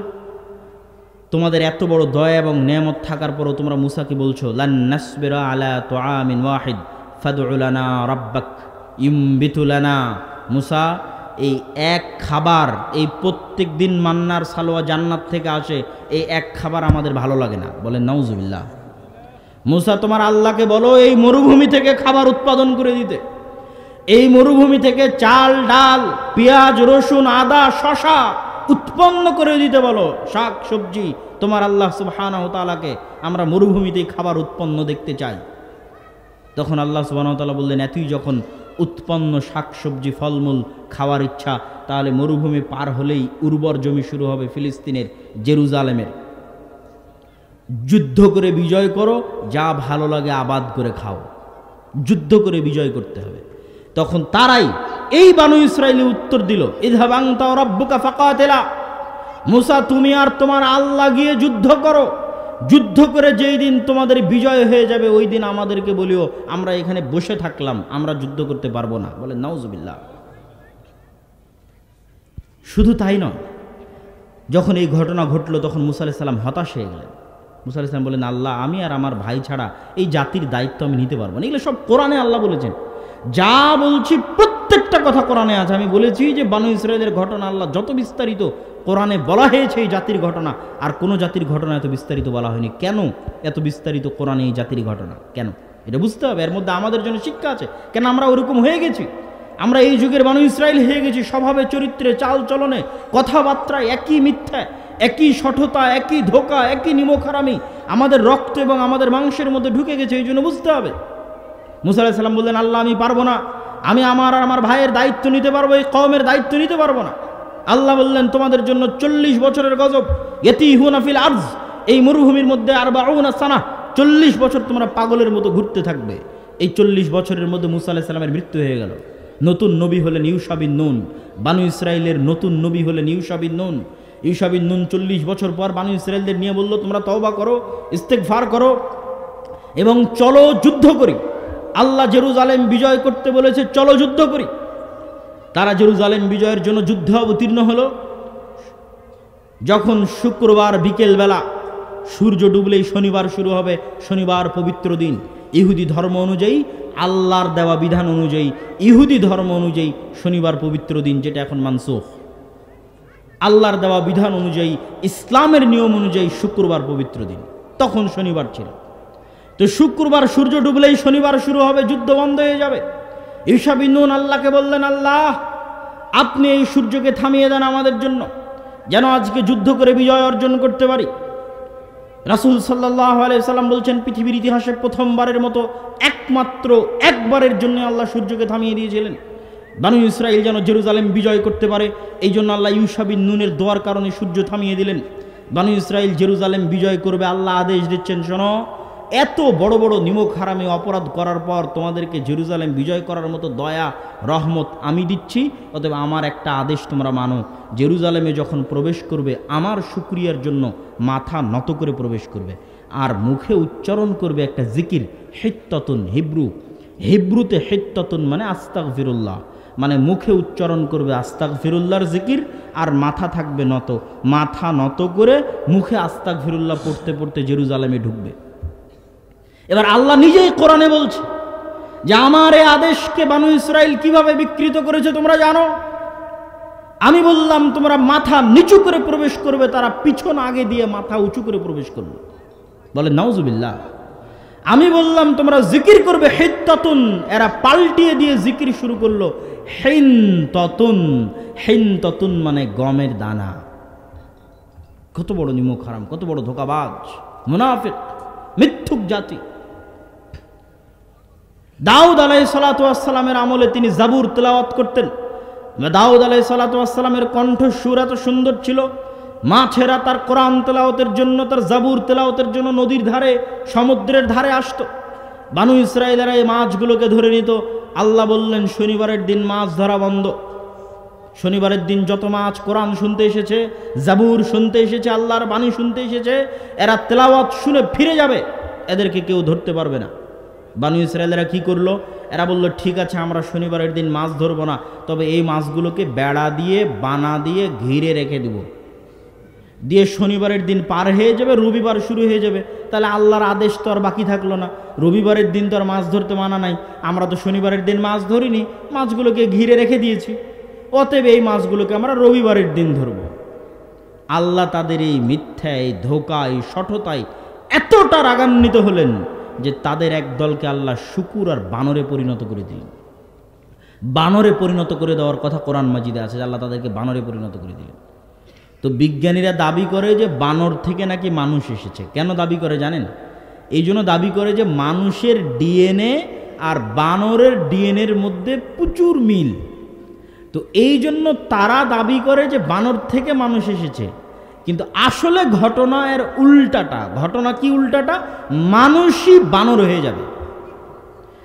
কেননা মানুষের ডিএনএর সাথে বানর আর শুকুরের ডিএনএর এত মিল যে আল্লাহ যদি মানুষকে মানুষ রাখা অবস্থায় আর দ্বিতীয় কোনো প্রাণী বানাতে চান, সামান্য পরিবর্তন করে আর দ্বিতীয় কোনো প্রাণীতে আল্লাহ আমাদেরকে রূপান্তর করতে চান, আমার শরীরের মধ্যে সামান্য ডিএনএ পরিবর্তন করে আল্লাহ আমাকে দ্বিতীয় কোনো প্রাণী বানাতে চাইলে অতি সহজে, অতি অল্প সময় আল্লাহ আমাকে শুকুর আর বানর বানিয়ে দিতে পারবে। কেননা আমার ডিএনএর সাথে বানর আর শুকুরের ডিএনএর মিল আছে। ওদের থেকে আমরা আসিনি, কিন্তু আমরা ওরা হয়ে যাব, যেমন বানু ইসরায়েলেরা হয়েছিল। যেমন আল্লাহর নবী বলেছে, আমার উম্মতের একটা অংশ বানর শুকুর হয়ে যাবে। এটা হওয়া খুবই সহজ। এটা চোখের পলকে হয়ে যাবে। যেমন চোখের পলকে মানুষ ক্যান্সার আক্রান্ত হয়ে যাচ্ছে, এরকম চোখের পলকে শরীরের কোথাও কোষ বৃদ্ধি হয়ে যাচ্ছে, ক্যান্সার চোখের পলকে। এরকম চোখের পলকে সামান্য ডিএনএ পরিবর্তন হয়ে যাবে, সকালে ঘুম থেকে উঠে দেখবে বানর হয়ে গেছে, সকালে ঘুম থেকে উঠে দেখবে শুকুর হয়ে গেছে। তো বিজ্ঞানীরা এই জিনিসটা ভুল বুঝেছে। তারা এই ডিএনএর মিলের কারণে তারা মনে করছে আমরা মনে হয় আগে বানর ছিলাম, এখন মানুষ হয়েছি। না, আমরা আগে থেকেই মানুষ, কিন্তু আমরা যদি আল্লাহর গজবে নতুন কোনো প্রাণীতে রূপান্তর হই, তাহলে কিসে রূপান্তরিত হব? বানরে অথবা শুকুরে, যেটা বানু ইসরায়েলেরা হয়েছিল। সম্মানিত উপস্থিতি, তাহলে এই যে বানু ইসরায়েলের সঠতা এবং ধোঁকা দেখলেন, এবার বলেন তো যেই বানু ইসরায়েলেরা এরকম মিথ্যা, এরকম মুনাফিকি, এরকম সঠতা, এরকম ধোঁকার মধ্যে আছে, এরা কার সন্তান? ভুলে গেছেন মনে হয়। কার সন্তান? ইয়াকুব আলাইহিস সালামের সন্তান, নবীদের সন্তান, ইব্রাহিম আলাইহিস সালামের সন্তান। আলোচনা তো শুরুই করেছিলাম সেটা দিয়ে, ভুলে গেলে হবে না তো। এরা তো তারাই যাদের জন্য আল্লাহ 12টা রাস্তা তৈরি করলেন সমুদ্রে। তো তারা কারা? তারা ইয়াকুব আলাইহিস সালামের 12 সন্তান। তাহলে নবীর সন্তান কেমনে এত নিচে নেমে গেল, এটা আমাকে জানতে হবে। আর তাদের ওই ধোঁকা, ওই সঠতার সাথে আমাদের মিল এবার খুঁজে দেখেন। তারা ধোঁকাবাজি মোনাফিকি করেছে নবীদের সাথে, আর আমরা ধোঁকাবাজি মোনাফিকি করছি সরাসরি কার সাথে? মানুষের টাকা মেরে নিয়ে হজ করে আল্লাহকে দেখাচ্ছে, আল্লাহ দেখো আমি কত পরহেজগার। এটা কি ধোঁকা না? এটা ধোঁকা। সবাই আমরা ধোঁকা দিচ্ছি। আমি তলে তলে সুদ ঘুষের সাথে জড়িত আছি, দুর্নীতির সাথে জড়িত আছি, বাহিরে মানুষকে দেখাচ্ছি দেখো আমি কত বড় হাজি, কত বড় নামাজি, কত বড় দাঁড়িয়েলা। আল্লাহকেও দেখাচ্ছি দেখো আল্লাহ আমি কত বড় দানশীল। তো আমি তো ধোঁকাবাজ, আমি তো অন্যের সম্পদ জোর করে মেরে নিয়েছি, আমি তো দুর্নীতির সাথে জড়িত আছি, আমি তো সকাল সন্ধ্যা মিথ্যা বলে টাকা ইনকাম করছি। তাহলে তো আমি মিথ্যুক, আমি তো ধোঁকাবাজ। তাহলে এই ধোঁকাটা, এই গেমটা আমরা আমাদের সাথে যে গেমটা আমরা খেলতেছি, এটা মূলত আল্লাহকে ধোঁকা দেওয়ার জন্য। আর ওরা এই ধোঁকাটা দিতে চাইতো নবীকে। তো এখন যদি বানু ইসরায়েলেরা উঠে, নতুন করে জেগে উঠে, তাহলে জেগে উঠে যদি উম্মতে মুহাম্মাদিকে দেখে, তাহলে ওরাই লজ্জা পাবে যে আমরা এদের চেয়ে ভালো ছিলাম। এরা যে পরিমাণ মিথ্যা বলতে পারে, যে পরিমাণ দুর্নীতি করতে পারে, যে পরিমাণ ধোঁকা দিতে পারে, যে পরিমাণ 2 নাম্বারি করতে পারে, তারপরে আবার এই মিথ্যা, এই দুর্নীতি, এই ধোঁকার টাকার উপর ভিত্তি করে আবার হজও করে, আবার নামাজও পড়ে, আবার দানও করে। এ কোন আজীব গেম, আজীব খেলা, আজীব ধোঁকার খেলা। সম্মানিত উপস্থিতি, এই জন্য তাদের ঘটনা বলে দেখালাম যে আপনি মিলিয়ে দেখেন তাদের ধোঁকাবাজি আর আমাদের ধোঁকাবাজি, তাদের মিথ্যা আর আমাদের মিথ্যা। এবার চলে আসেন, তারা নবীর সন্তান হওয়ার পরও এই রকম নিম্ন শ্রেণীর আচরণ কেন করত? আর আমরা মুসলমানেরা কি উন্নত চরিত্রের ছিলাম না যে আমরা আজকে এত নিম্ন আচরণ করছি? এবার মুসলমানদের উন্নত চরিত্র দেখেন। তাদেরও কারণ বলি, তার আগে মুসলমানদের 2-1টা উন্নত চরিত্র দেখেন। ওমর রাদিয়াল্লাহু তাআলা আনহু ন্যায় পরায়ণতার মাপকাঠিতে নিজেকে শতভাগ ঠিক রাখবেন। এই জন্য ওমর রাদিয়াল্লাহু তাআলা আনহু নিজেকে ন্যায় পরায়ণতার মাপকাঠিতে শতভাগ ঠিক রাখবেন। শুধু এই জন্য, ন্যায় পরায়ণতার মাপকাঠিতে যেন চুল পরিমাণ এদিক ওদিক না হয়, শুধু এই জন্য ওমর রাদিয়াল্লাহু তাআলা আনহু মদিনা থেকে জেরুজালেমের অর্ধেক রাস্তা, এই 1500 কিলোমিটারের অর্ধেক রাস্তা, 700 কিলোমিটার, 650 কিলোমিটার রাস্তা নিজে পায়ে হেঁটেছেন, আর গোলামকে উটের পিঠে বসিয়ে রেখেছেন, খালি এটা প্রমাণ করতে যে আমি ওমর ন্যায়পরায়ণ, আমি ওমর ন্যায়পরায়ণ শাসক, শতভাগ ন্যায়পরায়ণ। শুধু এই ন্যায়পরায়ণতার মাপকাঠিতে নিজেকে শতভাগ উত্তীর্ণ করতে পারে। আপনি দেখেন আপনার স্ত্রীর সাথে আপনি শতভাগ ন্যায়পরায়ণ কিনা, মাপেন। আপনার ভাইয়ের সাথে, আপনার বোনের সাথে, বাপ মায়ের সাথে, আপনার কর্মস্থলে, চাকুরির স্থলে আপনি শতভাগ ন্যায়পরায়ণ কিনা, আপনার অধস্তন কর্মচারী কর্মকর্তার সাথে আপনি ন্যায়পরায়ণ কিনা মাপেন। ভয়ঙ্কর জিনিস ন্যায়পরায়ণতা। তো আমরা তো ওমর রাদিয়াল্লাহু তাআলা আনহুর বংশধর। তাহলে মুসলমানেরা কেমন ন্যায়পরায়ণ ছিল সেটা দেখেন। স্পেনে যখন ইসলাম প্রবেশ করে, সারা পৃথিবীতে যখন ইসলাম প্রবেশ করে, একটা জিনিস আজকে বলে যাচ্ছি মনে রাখবেন, সারা পৃথিবীতে যখন মানুষ দলে দলে ইসলাম গ্রহণ করেছে, তার যত মানুষ দলে দলে ইসলাম গ্রহণ করেছে, তারা যতজন সালাত, সিয়াম, হজ, যাকাত দেখে ইসলাম গ্রহণ করেনি। 90% মানুষ, 99% মানুষ ইসলাম গ্রহণ করেছে শুধু এই কারণে যে অত্যাচার থেকে বাঁচতে চাইলে, ন্যায় পরায়ণতা পেতে চাইলে তোমরা ইসলামে যাও। স্পেনে যখন তারেক বিন জিয়াদ প্রবেশ করেছে, তখন স্পেনের মানুষরা তাদের শাসক দ্বারা এতটা মাজলুম ছিল, এতটা অত্যাচারিত ছিল, যখন তারা দেখলো বাপরে বাপ, মুসলমানদের মধ্যে ন্যায় পরায়ণতা দেখো, মুসলমানদের মধ্যে আমানতদারিতা দেখো, মুসলমানদের মধ্যে সত্যবাদিতা দেখো। এক কথার জন্য জীবন দিয়ে দিতে পারে মুসলমানেরা, কথার আমানত রক্ষা করার জন্য, ওয়াদার আমানত রক্ষা করার জন্য। আমরা যদি অত্যাচার থেকে বাঁচতে চাই, ইসলাম গ্রহণ করতে হবে। ইসলাম আমাদের ন্যায় পরায়ণতা দিতে পারবে, আমাদের সম্মান দিতে পারবে, আমাদের মর্যাদা দিতে পারবে, আমাদের অধিকার দিতে পারবে। আপনি বাংলাদেশের ইতিহাস পড়েন, বাংলাদেশের মুসলমানেরা বিহার, পশ্চিমবঙ্গ, আসাম, বাংলা, এই উড়িষ্যা, এই অঞ্চলের মুসলমানেরা কেন ইসলাম গ্রহণ করেছে? ব্রাহ্মণদের অত্যাচারে অত্যাচারিত হয়ে 4 বর্ণে ভাগ করে রেখেছিল ব্রাহ্মণরা হিন্দু সমাজকে।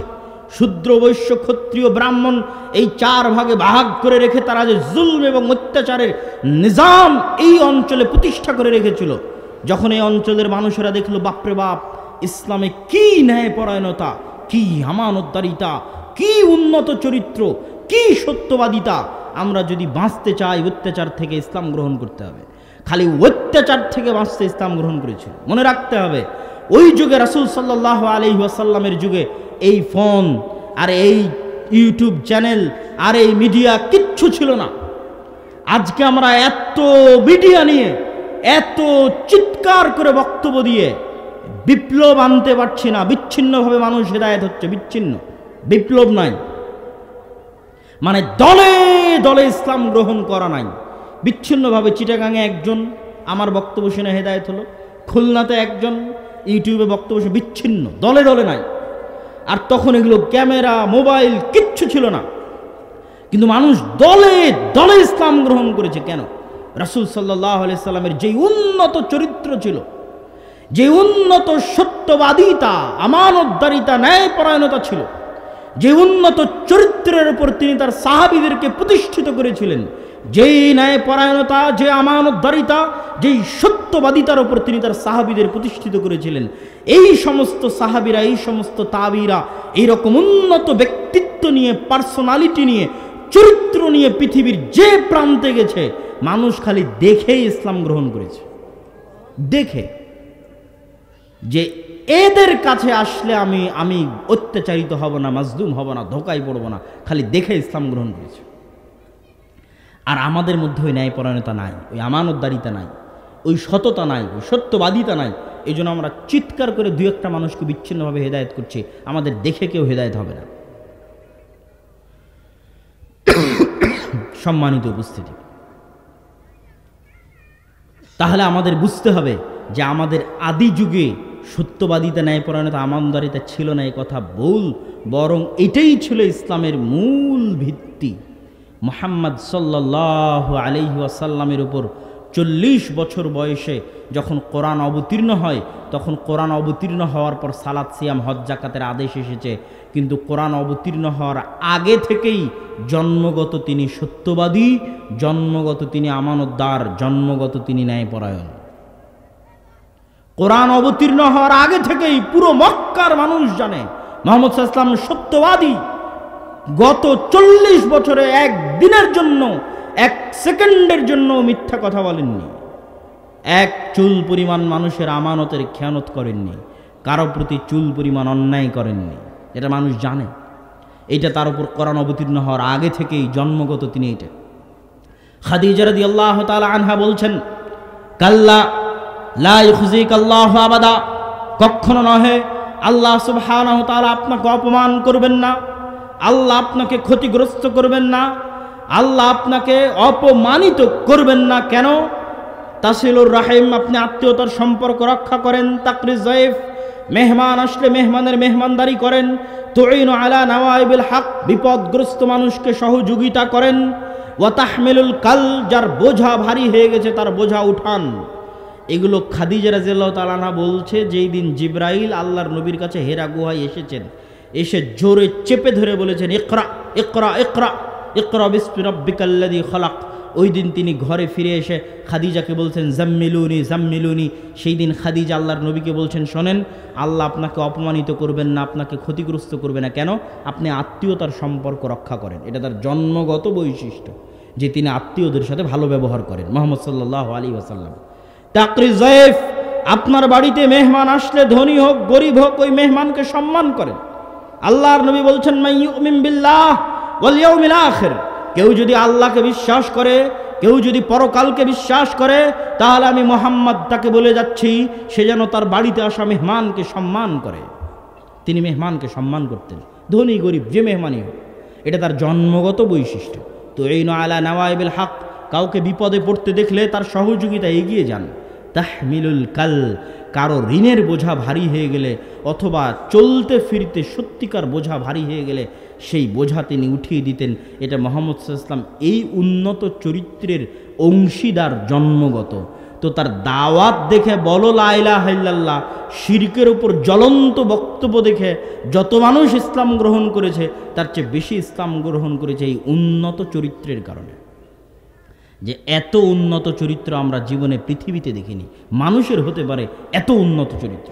আর আমাদের আলেম ওলামাদেরকেই দেখেন, ফেসবুকে দেখেন আর বক্তব্যের মঞ্চে দেখেন, কত কামড়া কামড়ি, মারামারি, গালাগালি। তো কোথায় আপনি ওই বিপ্লবী কোথায় পাবেন? আর ওই আমানতদারিতা, সততা, ন্যায়পরায়ণতা কোথায় পাবেন? নাই। ওই উন্নত চরিত্র কোথায় পাবেন যেটা মুহাম্মদ সাল্লাল্লাহু আলাইহি ওয়াসাল্লামের ছিল? শুধু তাই নয়, আজ আমরা মুসলমানেরা মক্কার ওই যুগের কাফের মুশরিক কুরাইশদের চাইতেও চারিত্রিক দিক থেকে খারাপ হয়ে গেছি। কেমনে? আবু সুফিয়ান রাদিয়াল্লাহু তাআলা আনহু মক্কা বিজয়ের পূর্বে কাফের মুশরিক কুরাইশদের সর্দার ছিলেন। বদর, উহুদ, খন্দক এই যুদ্ধগুলোতে আল্লাহর নবীর বিরুদ্ধে নেতৃত্ব দিয়েছেন।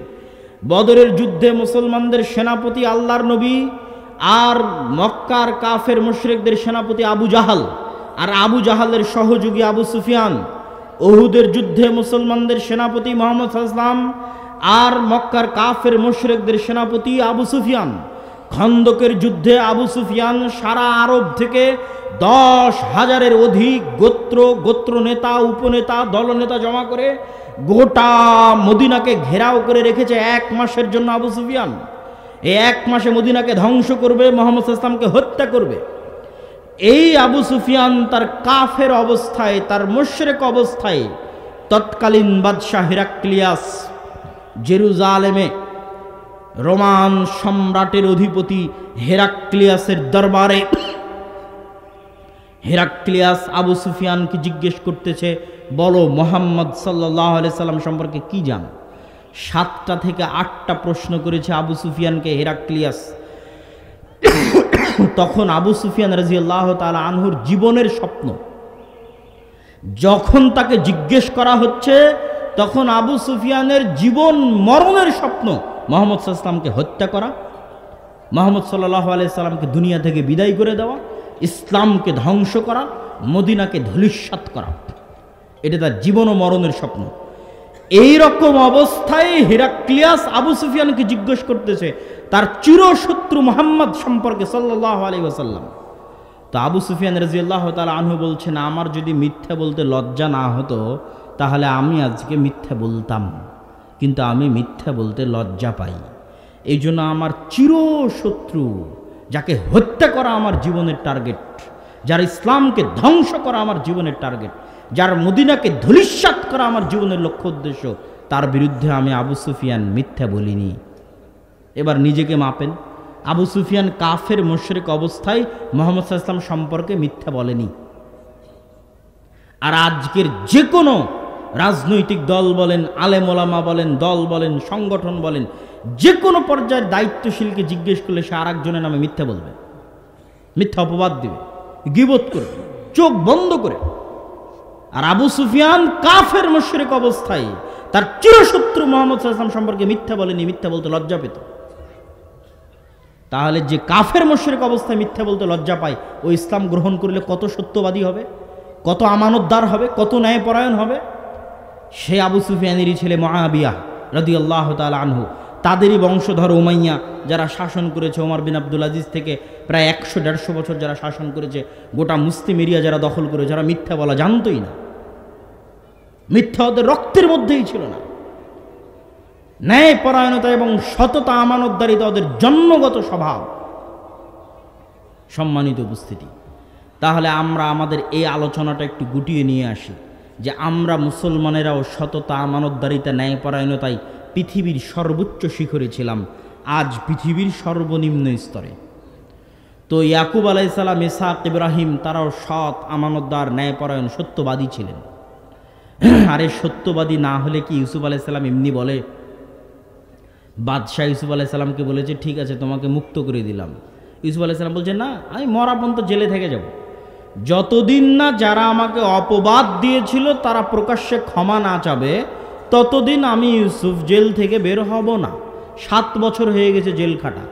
তাহলে ব্যক্তিত্বের মাপকাঠি কত উন্নত, সত্য বলা, ন্যায়পরায়ণতার মাপকাঠি কত উন্নত যে 7 বছর জেলে যদি আমাদেরকে রাখা হয় আর বলা হয় আজকে তোমাকে ছেড়ে দিলাম, আমরা দৌড়ে বের হয়ে যাবো জেল থেকে। আর উনি বলছেন না, যারা আমার উপর অপবাদ দিয়েছে ওদের ক্ষমা চাইতে বলো, মরা পর্যন্ত জেলে থেকে যাও, আমার সম্মান আগে, মর্যাদা আগে। তাই এদেরই তো বংশধর বানু ইসরাইল 400 বছর পর। তাহলে কেমনে এরকম হয়ে গেল? আর আমরা ওমর, আবু সুফিয়ান, মোহাম্মদ সাল্লাল্লাহু আলাইহি ওয়াসাল্লাম তাদের বংশধরে আমরা এরকম হয়ে গেলাম কেমনে? সেটার সারমর্ম বলে আমাদের বক্তব্যের এই অংশের শেষের দিকে চলে যাব, তারপরে বক্তব্যের অন্য অংশের প্রতি আলোচনা করবো ইনশাআল্লাহ। এর কারণ হচ্ছে গোলামি মানুষের আত্মমর্যাদা, আত্মসম্মান নষ্ট করে দেয়। ওই যে 400 বছর বানু ইসরাইলেরা ফেরাউনের গোলাম ছিল, তো গোলাম থাকলে মাথা নত থাকে, আত্মমর্যাদা বিক্রি করে দিতে হয়, সেলফ রেসপেক্ট, সেলফ কনফিডেন্স বিক্রি করে দিতে হয়। তো 400 বছর যে ফেরাউনের গোলাম ছিল, এই গোলামিতে বানু ইসরাইলের স্বাভাবিক চরিত্র নষ্ট হয়ে গেছে।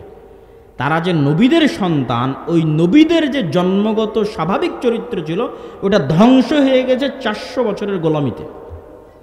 কেন? গোলামি পালিয়ে বেড়াতে হয়, লুকিয়ে বেড়াতে হয়, চুরি চামারি করে বেড়াতে হয়, টাকা পয়সা থাকে না, যে কোনো মূল্যে কোথাও একটা টাকা দেখলে কাড়াকাড়ি করতে হয়, যে ওখানে একটা টাকা আছে চলো কাড়াকাড়ি করি, ওই টাকার জন্য মিথ্যা বলতে হয়, এগুলো গোলাম। এই ধরনের চরিত্র চলে আসে গোলামদের মধ্যে। কেন? কোনো সুযোগ সুবিধা নাই তার জন্য, তার বাঁচার কোনো অধিকার নাই। তো সে মাথা নত করে পালিয়ে পালিয়ে বাঁচতেছে, তো সে মিথ্যা বলবে না তো কি বলবে? সে মুনাফেক হবে না তো কি হবে? এইরকম যারা গোলাম হয় ওরা সামান্য কিছু নিয়ে কাড়াকাড়ি মারামারি লেগে যেতে পারে। এরাই বলতে পারে তোমার আল্লাহকে না দেখলে ঈমান আনবো না, তুমি আর তোমার আল্লাহ গিয়ে যুদ্ধ করো। এরকম ছোট মন মানসিকতা হয়ে গেছে গোলামি করতে করতে। আর মুসা আলাইহিস সালাতু ওয়াস সালামকে আল্লাহ গোলাম অবস্থায় এই জন্য বড় করেননি। মুসা আলাইহিস সালামকে আল্লাহ আগেই ফেরাউনের বাড়িতে পাঠিয়ে দিয়েছেন, আর ফেরাউনের বাড়িতে মুসা আলাইহিস সালাম রাজপুত্র হিসেবে পরিপূর্ণ স্বাধীনতা, মান সম্মান, আত্মমর্যাদা, আত্মসম্মান, সেলফ রেসপেক্ট, পার্সোনালিটি, ব্যক্তিত্ব নিয়ে বড় হয়েছে, যেটার উপর স্বাভাবিক একটা মানুষ থাকে, যেটার উপর তার বাপদাদা ইউসুফ, ইব্রাহিম, ইসহাক, ইয়াকুব তারা উপস্থিত ছিল, সেটার উপর তিনি বড় হয়েছে। উনি গোলাম অবস্থায় বড় হয়নি। এই জন্য আল্লাহ ওনাকে গোলাম অবস্থায় বড় করেনি।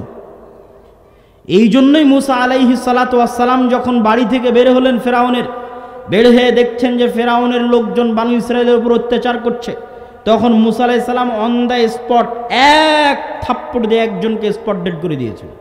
তো এই এক থাপ্পড় মারার জাজবা গোলামের মধ্যে জীবনে আসবে না, গোলাম সাহসী করবে না এই থাপ্পড় মারা। কিন্তু যেহেতু উনি গোলাম ছিলেন না, ফেরাউনের বাড়িতে মানুষ হয়েছেন স্বাধীনভাবে, সম্মানের সাথে, মান সম্মানের সাথে, এই জন্য ওনার সাথে বানু ইসরায়েলের মিলত না। ওনার জীবনযাপন চিন্তা ভাবনা একরকম, আর যে বানু ইসরায়েলদের ওনাকে নবী করে দেওয়া হয়েছে এরা তো গরু ছাগলের মতো গোলাম অবস্থায় বড় হয়েছে। এরা আর কি করবে? এরা কথায় কথায় ধোকা দেয়, কথায় কথায় মারামারি করে, কথায় কথায় কামড়াকামড়ি করে। এবার আপনি বুঝে গেছেন আমাদের বাঙালিদের অবস্থা। আমরাও ব্রিটিশদের গোলামি করেছি কত বছর? 200, 250, 300 বছর। ব্রিটিশরা আমাদের পিটিয়ে নীল চাষ করিয়েছে, জমির মালিকানা পর্যন্ত ছিল না। কি বলেন আপনি? এসএ পর্চা, সিএস পর্চা খুঁজে দেখেন যে যেই জমিদারের নামে খাজনা দিতেন তার নামে জমি।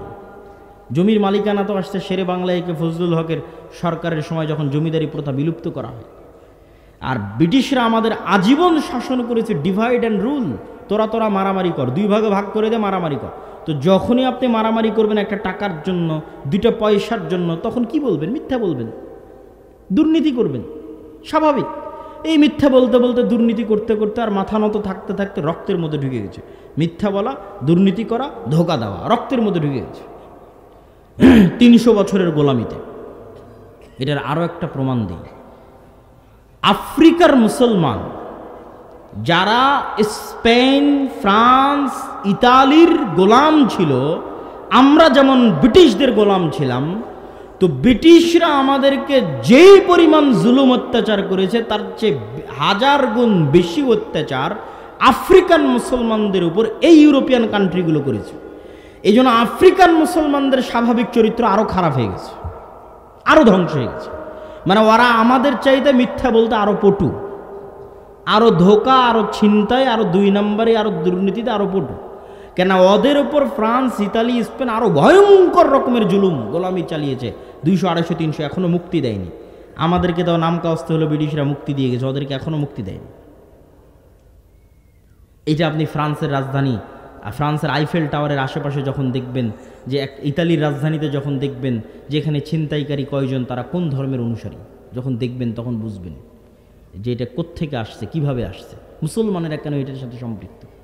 আপনি যখন ইন্ডিয়ার জরিপ করবেন, যে ইন্ডিয়াতে যদি মামলা থাকে চুরি, ছিনতাই, ডাকাতি, রাহাজানি, খুন খারাপি, তার কত % মুসলমানদের নামে আর কত % হিন্দুর নামে, তখন আপনি বুঝবেন যে গোলামির কারণে কি হয়, স্বাভাবিক সম্মান না থাকলে কি হয়, মর্যাদা না থাকলে কি হয়, গোলামি মানুষকে কত নিম্ন লেভেলে নামিয়ে দিতে পারে সেটা দেখবেন।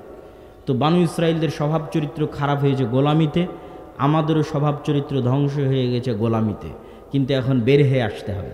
এই জন্য আল্লামা ইকবাল ইউরোপ সফর করার পর বলেছিলেন, সাবাক ফিরসে পর সাদাকাত কা, শুজাআত কা, আদালত কা, লিয়া যায়গা তুঝসে কাম, দুনিয়া কি ইমামত কা। মুসলমানেরা, তোমাদের মধ্যে সালাত, সিয়াম, হজ, যাকাত সবই আছে, খালি তোমরা সত্য বলাটা ভুলে গেছো। কেউ আর সত্য বলা জানো না, সকাল সন্ধ্যে সবাই মিথ্যা বলছো। তোমরা কি ভুলে গেছো? আদালত, ন্যায় পরায়ণতা ভুলে গেছো। সবাই অত্যাচার করছো, মারামারি, কাটাকাটি, গিবত, তহমত। আলেম ওলামাদেরই অবস্থা দেখেন, সাধারণ পাবলিক তো বহু দূরে থাক। বাঙালিরা কেমন কামড়াকামড়ি করে সেটা তো আলেম ওলামাদের দেখলে আপনারা বুঝতে পারবেন। তো সাধারণ জনগণ তো বহু দূরে। তো আদালত, ন্যায় পরায়ণতা নাই। কাকে কতটুকু মান সম্মান দিতে হবে, হুঁশ করে কতটুকু কথা বলতে হবে, এটা নাই। গোলামির কারণে এগুলো সব ধ্বংস হয়ে গেছে। সেলফ রেসপেক্ট, আত্মমর্যাদা, ব্যক্তিত্ব, পার্সোনালিটি ধ্বংস হয়ে গেছে, সবাই নিচে নেমে গেছে। তাহলে সাবাক ফিরসে পার সাদাকাত কা, সত্য বলা শিখো, আদালত কা, ন্যায় পরায়ণতা শিখো, আমানতদারিতা শিখো, লিয়া যায়গা তুঝসে কাম, দুনিয়া কি ইমামত কা। যদি এই 3টে জিনিস আবার তোমাদের মধ্যে ফিরে আসে, তাহলে তোমরা পুনরায় দুনিয়ার নেতা হয়ে যাবে। আল্লাহ তোমাদের বানিয়ে দিবে, ইনশাআল্লাহ বানিয়ে দিবে। এই জিনিসগুলো নাই আমাদের। এবং আপনি জরিপ করে দেখবেন, যে অঞ্চলের মুসলমানেরা গোলামি করেনি, ওরা এই 3টে বৈশিষ্ট্যের উপর আছে। আপনি আফগানিস্তানে যান, পাঠানদের কাছে যান, ব্রিটিশদের গোলামি কবুল করেছিল না সোভিয়েত ইউনিয়নের গোলামি কবুল করেছিল, না আমেরিকার গোলামি কবুল করেছিল। ফলত ওরা স্বাভাবিক এই 3টে বৈশিষ্ট্যের উপর আছে। যে কোনো পাঠানকে যদি আপনি মজাকের ছলেও বলেন যে কালকে তোমার বাড়িতে আসতেছি দুপুরের সময়, আর দুপুরের সময় না যান, তো এই একটা মুখের কথা যেটা আপনি মজাকের ছলে বলছেন, কেন বাঙালির কাছে তো কথার দাম নাই। সকাল সন্ধ্যা মিথ্যা বলে অভ্যস্ত, সকাল সন্ধ্যা ফাঁকি ধোকা দিয়ে অভ্যস্ত। তো ওর কাছে এই সামান্য এই কথাটুকুর এত দাম যে একজন মুসলমান বলল কাল দুপুরে সে আমার বাড়িতে আসবে, তো আসেনি কেন, এর আগে আপনাকে গুলি করে উড়িয়ে দিবে।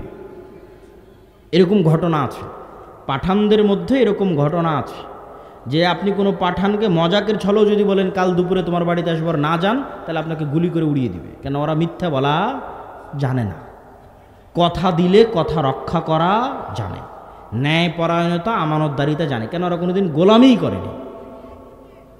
আর আমরা গোলামি করতে করতে আমাদের স্বাভাবিক চরিত্র ধ্বংস হয়ে গেছে। সম্মানিত উপস্থিতি, তাহলে আমি বলছিলাম মুসলমানের আজকের পৃথিবীতে অধপতন, গোলামির শিকার 3টে কারণে। তার 1 নম্বর কারণ চারিত্রিক অধপতন। চারিত্রিক অধপতন মানে বেহায়াপনা, বেলেল্লাপনার কথা বলিনি। চারিত্রিক অধপতন মানে ন্যায়পরায়ণতা নাই, আমানতদারিতা নাই, সত্যবাদিতা নাই। আজ থেকে সত্য বলার চেষ্টা করেন। এতদিন মিথ্যা বলে ইনকাম করেছেন, যেখানে সেখানে মিথ্যা বলেছেন, বন্ধ করে দেন।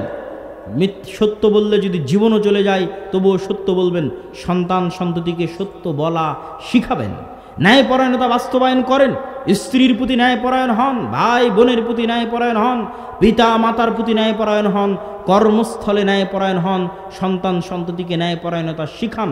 তাহলে ব্যক্তিত্ব আসবে, নেতৃত্ব নিতে পারবে, দেশের নিতে পারবে, জাতির নিতে পারবে, গোলামি থেকে মুক্তি পাবে।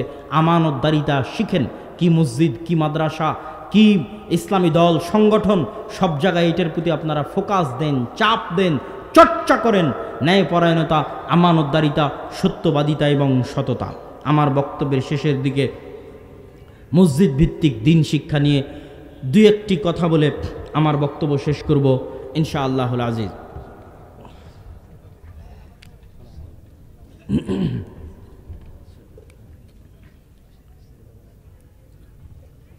মুসলমানদের অধঃপতনের যে তিনটা কারণ বলেছি, তার 1 নাম্বার চারিত্রিক অধঃপতন, 2 নাম্বার শিক্ষায় অধঃপতন, 3 নাম্বার অর্থনীতি বা সুদী অর্থনীতি। অর্থনীতিতে অধঃপতন, সুদী অর্থনীতি। তো এগুলো ব্যাখ্যা করলে অনেক সময় লাগবে। আজকে আমাদের শিক্ষা ব্যবস্থার যে সামগ্রিক অধঃপতন ঘটেছে সমগ্র বাংলাদেশে, এই সামগ্রিক অধঃপতন থেকে বাঁচতে সরকারকে আমরা কি বলবো, সরকার কি করবে, সেটা তো আমাদের একটা জিম্মেদারি, দায়িত্ব আছেই, যেটা আমি নিজেও আমার জায়গা থেকে পালন করার চেষ্টা করেছি, আপনারা অনেকেই জানেন এবং দেখেছেন। কিন্তু আমাদের জায়গা থেকে আমাদেরকে উদ্যোগ নিতে হবে যে এটা সেই যুগ যখন ব্রিটিশরা এই দেশে এসে দখল করেছিল, যখন আমাদের বাপদাদা বলেছিল মসজিদে মক্তব চালু করতে হবে। এখন সেই যুগ, এখন ব্রিটিশরা আসেনি, এখন হিন্দুত্ববাদী ব্রাহ্মণ্যবাদীরা অপেক্ষায় আছে কবে আপনাকে গোলাম বানাবে এবং আপনাকে দখল করে নেবে, আপনার দিন ধর্ম ধ্বংস করে দিবে। এবং বাংলাদেশ ওই স্পেন একদিনে তৈরি হয়নি, ফিলিস্তিনও একদিনে তৈরি হয়নি। তো বাংলাদেশ যেই রকম ভয়ঙ্কর ভৌগোলিক অবস্থার মধ্যে বসবাস করে, এই বাংলাদেশের ভাগ্য ফিলিস্তিনের মতো, স্পেনের মতো হতে সময় লাগবে না। সকল কারণ এবং অবস্থা বজায় আছে। ফিলিস্তিন হওয়ার মতো, গাজা হওয়ার মতো, স্পেন হওয়ার মতো আল্লাহর দয়া এবং আল্লাহর রহমতে এখনও হয়নি, কিন্তু হতে বেশি দেরি লাগবে না। এই জন্য ভবিষ্যৎ প্রজন্মের ঈমান বাঁচাতে, দিন বাঁচাতে, আপনার দিনকে আপনি যত শক্তভাবে অনুসরণ করবেন তত দ্রুত আপনার মুক্তি। দিনের প্রতি কনফিডেন্স, আত্মবিশ্বাস আপনার যত দুর্বল থাকবে আপনার ধ্বংস তত নিকটবর্তী। এই একটা জিনিস তো ইসলামে আছেই, ইসলামে ঈমান এবং আকীদা বলে আছেই। তারপর আমি এটা দেখে শিখেছি ইহুদিদেরকে, কিভাবে কত মুসলমান দাড়ি রাখতে সংকোচ করে, দাড়ি রাখে না, বলে দাড়ি রাখলে যদি কেউ জঙ্গি বলে। অথচ ইহুদিদের 99% জন দাড়ি রাখে, 98% জন দাড়ি রাখে। তার মানে ও আর দাড়ি রাখাকে কত শক্ত করে বিশ্বাস করে। দাড়ি রেখেই ও কোটিপতি, দাড়ি রেখেই ও ব্যাংকের মালিক, দাড়ি রেখেই ও কোম্পানির মালিক, দাড়ি রেখেই ও গোটা পৃথিবীকে অচল করে দিচ্ছে, দাড়ি রেখেই মুসলমানদেরকে হত্যা করতেছে গাজা এবং ফিলিস্তিনে। কিন্তু ওর দিনের উপরও কত শক্ত করে বিশ্বাসী। আর আমার কনফিডেন্সই নেই, আমি মানুষের লজ্জায়, মানুষের ভয়ে 2টা চাকরির জন্য, 2টা টাকার জন্য দাড়ি কেটে ফেলে দিচ্ছি। এরকম অনেক কিছু দেখেছি যেটাতে ওরা ওদের দিনের উপর কঠোরভাবে স্ট্রিক্ট চুল পরিমাণ ছাড় দিতে রাজি না। তো এটা আমি তাদের সুনামের জন্য বলছি না, কিন্তু তারা যেহেতু সুপারিয়রিটি থিওরিতে বিশ্বাস করে, মানে দুনিয়ার একমাত্র তারাই আল্লাহর সন্তান, নাউজুবিল্লাহ, আর বাকি দুনিয়ার সব মানুষ গোলাম, সব মানুষকে জবাই করা, সব মানুষকে ধর্ষণ করা তাদের অধিকার, এরকম নিকৃষ্ট সুপারিয়রিটির বিশ্বাসে তারা বিশ্বাস করে। এটাই তাদের ধ্বংসের জন্য কারণ। এই জন্য আল্লাহ কোরআনে আমাদের সবচেয়ে বড় শত্রু হিসেবে তাদের উল্লেখ করেছে, তাদেরকে আল্লাহ অভিশপ্ত করেছে। কিন্তু তারা তাদের বিকৃত দিনে যতটুকু আছে অতটুকুকে শক্তভাবে আঁকড়ে ধরে আছে, বংশ পরম্পরায় ছাড়তে নারাজ চুল পরিমাণ। তো আমাদেরও মুক্তি আছে ওটার মধ্যেই। খ্রিস্টানেরা একটু পাগল, খ্রিস্টানদেরকে আল্লাহ কোরআনেও বলেছে পাগল। কোরআনে পাগল বলেছে মানে বলেছে ওলা দল্লিন, পথভ্রষ্টরা, বুঝে না। এদেরকে শয়তান উল্লু বানিয়ে রেখেছে, খ্রিস্টানদেরকে শয়তান উল্লু বানিয়ে রেখেছে। ঠিক আছে, সারা পৃথিবীর খ্রিস্টানদেরকে আল্লাহ কোরআনেও বলেছে ওলা দল্লিন। এরা তো বুঝে না, এরা বুঝেই না, এদেরকে বুঝাবে কে? আর যে জেনেও বুঝেও মানে না, ওই তো অভিশপ্ত। ইবলিস জেনে বুঝে মানেনি, এই জন্য ইবলিস অভিশপ্ত। আর ইহুদিরা সব জানে, ওরা খুব ভালো করে জানে জুয়া মানে ধ্বংস, ওরা খুব ভালো করে জানে মদ মানে ধ্বংস। এই জন্য ওরা মদও খায় না, ওরা নিজেরা জুয়াও খেলে না। ওদের স্কুলে মদও নাই, জুয়াও নাই। কট্টরভাবে পারিবারিকভাবে ওরা এটা মেনে চলে, মদও খাওয়া যাবে না, জুয়াও খেলা যাবে না। কিন্তু গোটা দুনিয়ার মানুষ যেন মদ খেয়ে মরে যায়, মদ খেয়ে পাগল হয়ে থাকে, জুয়া খেলে পাগল হয়ে থাকে, এর জন্য ওরা সব অর্থ বিনিয়োগ করবে। ও খ্রিস্টানদেরকেও পাগল বানিয়ে শিখিয়েছে তোমরা মদ খাও, জুয়া খেলো। গোটা খ্রিস্টান বিশ্ব মদ খাচ্ছে, জুয়া খেলতেছে। প্রত্যেকটা খ্রিস্টান নগরীতে দেখবেন পাবস আছে, জুয়ার মদের বার আছে ভরা। কিন্তু ওরা নাই এর মধ্যে, ওরা আর 5 সীমানাতে নাই। ওরা পড়াশোনা জ্ঞান বিজ্ঞান নিয়ে ব্যস্ত। ওরা যখন বিয়ে করেছে তখন 7টা-8টা বাচ্চা ছাড়া বাচ্চা নেই। আপনি এখানে বসে থেকে উঠে গিয়ে কল দিবেন ইউরোপ এবং আমেরিকায় যে কোনো আত্মীয় স্বজনকে যে আপনার আশেপাশে কোনো ইহুদি থাকলে আমাকে জানান তো, আর বাচ্চা কয়টা। তো কেউ বলবে না যে কোনো ইহুদি পরিবারের 2টা বাচ্চা, 1 ছেলে 1 মেয়ে, বলবে না। নেই না, ওরা এর মুখে লাথি মারে। ওরা এটাকে কঠোরভাবে বিশ্বাস করে যে বেশি বাচ্চা নিতে হবে, একদম দাঁতে দাঁত কামড়ে বিশ্বাস করে। আর সারা পৃথিবীর মানুষ যেন পাগল হয়ে কম করে বাচ্চা নেয়, এটার জন্য ওরা অর্থ বিনিয়োগ করে। এই রকম ভয়ঙ্কর জাতি হচ্ছে তারা। তো আমরা মুসলমানেরা শিক্ষায় এবং জ্ঞানে পিছিয়ে আছি, এবং আমাদের সন্তানেরা এই জিনিসগুলো বুঝে না। আমরা আমাদের দিনকে শক্তভাবে আঁকড়ে ধরে রাখতে পারি না। তো দিনকে শক্তভাবে আঁকড়ে ধরে রাখতে হলে, পরবর্তী প্রজন্মকে আঁকড়ে ধরে রাখাতে হলে চলমান যে শিক্ষা ব্যবস্থা আছে, এই শিক্ষা ব্যবস্থার বিপরীতে মসজিদ ভিত্তিক দিন শিক্ষার কোনো বিকল্প নাই। প্রত্যেকটা মসজিদে দিন শিক্ষাকে শক্তিশালী করতে হবে, মজবুত করতে হবে। আজকের যারা এই প্রোগ্রাম আয়োজন করেছে, আমিও হয়তো তাদেরকে বলে বুঝাতে ব্যর্থ। আমি তাদেরকে যদিও অঞ্চলে সফর দিয়েছি, মক্তব উদ্বোধন করেছি, এবং আলহামদুলিল্লাহ যে মক্তব উদ্বোধন করেছি সেখানে ভালো ছাত্রছাত্রী হয়, আগে থেকেই হতো। আসার পরে আরেকটু বেশি বেড়েছে আলহামদুলিল্লাহ, এবং আমাদের প্রশিক্ষণ চলতেছে দাওয়ায়ে আল্লাহর পক্ষ থেকে রাজশাহীতে, এবং আরও ভবিষ্যতে প্রশিক্ষণ হবে, চলমান আছে। কিন্তু যারা এই প্রোগ্রামের আয়োজন করেছে তাদের উদ্দেশ্য সহ যারা বসে আছে সকলকে, যে যেখানে দাওয়াতি কাজ করেন, আমার করজোরে অনুরোধ থাকবে, আপনি যেই হন না কেন, আপনার মূল দাওয়াতি কাজের ফোকাস রাখেন শিক্ষায়, মূল দাওয়াতি কাজের ফোকাস রাখেন জ্ঞানে। আমি কত রকম করে এই জিনিসটা বোঝানোর চেষ্টা করি, কত উদাহরণ দিয়ে তার হিসাব নাই। তার মধ্যে একটা উদাহরণ নতুন দিচ্ছি ইদানিং, যে যদি এই রকম জালসা সম্মেলন দিয়ে কোনো বেশি উপকার হতো, মানে খুব ভালো উপকার হতো, তাহলে ব্রাক আর খ্রিস্টান মিশনারিরা খালি জালসার সম্মেলনই করে বেড়াতো। কথা মনে বুঝতে পারেননি আমার? তো ব্রাক আর খ্রিস্টান মিশনারি এখন পর্যন্ত একটা সম্মেলনে যে করলো না খ্রিস্টান মাযহাব প্রচার করার জন্য, বুঝেননি মনে হয় আমার কথা। একটাও তো করেনি আর খ্রিস্টান ধর্ম প্রচার করে, একটা জালসাও করেনি, ব্রাকও করেনি। করেছে কি? শিক্ষা, শিক্ষা, সিলেবাস, স্কুল বানাতে হবে, কলেজ বানাতে হবে, গ্রামে গ্রামে প্রাথমিক স্কুল তৈরি করে দিতে হবে ব্রাকের, যেখানে ছেলেমেয়েরা এসে শিখবে নাচ গান, শিক্ষা। অন্তত তাদের দেখে শিখেন যে এইটা টেকসই নয়। জালসা দিয়ে মানুষকে দিক নির্দেশনা দেওয়া যায়, কিন্তু এটা টেকসই নয়। এখন উঠে গিয়ে সবাই ভুলে যাবে। টেকসই ওঠেই যখন আপনার সন্তান সন্ততিকে আপনি মসজিদে, শতভাগ মুসলমানের সন্তানকে মসজিদে ন্যূনতম দিনের জ্ঞান দিতে পারবেন, ওটাই টেকসই, ওটাই টিকে থাকবে, তার মরা পর্যন্ত টিকে থাকবে। যতটুকু শিখবে অতটুকু নিয়ে পরবর্তী প্রজন্ম চলবে। অতএব ওইটার প্রতি ফোকাস করেন। বাড়ি থেকে ধরে ধরে নিয়ে এসে যাচাই করে বাছাই করে দেখেন যে কোন ছেলে কোরআন শিখেছে, কে শিখেনি, কে দিন শিখেছে, কে শিখেনি।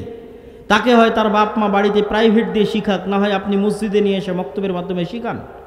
এই জন্য মসজিদ কমিটির প্রতি আমার উদাত্ত আহ্বান থাকবে যে আমরা উন্নয়ন মানে বুঝি বিল্ডিং করা, উন্নয়ন মানে বুঝি বাহ্যিক চাকচিক্য। মুসলমানদের এটা একটা বড় পাগলামি যে তারা মনে করে উন্নয়ন মানে বাহ্যিক চাকচিক্য, রাস্তাঘাট, ব্রিজ, কালভার্ট। কিন্তু বাকি মানুষজন যে সব জাহেল মূর্খ হয়ে থেকে গেল, দেশে চিকিৎসা করানোর মতো কোনো ডাক্তার নাই, কয়দিন পর হয়তো আরও থাকবে না, তখন আপনার এখানে রাস্তাঘাট স্বর্ণের, কিন্তু ক্লিনিকে চাকরি করবে চায়না আর ইন্ডিয়ান ডাক্তার। কেননা পাতিরা ডুমনিতে তো কোনো ডাক্তারই তৈরি হয়নি, রাস্তা বানিয়ে দিয়েছে স্বর্ণের। তাহলে বুঝলেন কি মানে গোলামি কোনটা? শিক্ষায় পিছিয়ে থাকাটাই গোলামি। তাহলে আপনি মসজিদ করে দিলেন চাকচিক্য, স্বর্ণ, টাইলস, এসি, আর মসজিদের আশেপাশের সব মুসল্লি, যুবক ছেলেপেলে, কিশোর, Free Fire, PUBG, YouTube, Facebook, অশ্লীল মুভি, মদ, জুয়া, নেশা, গান বাজনা ইত্যাদিতে ব্যস্ত।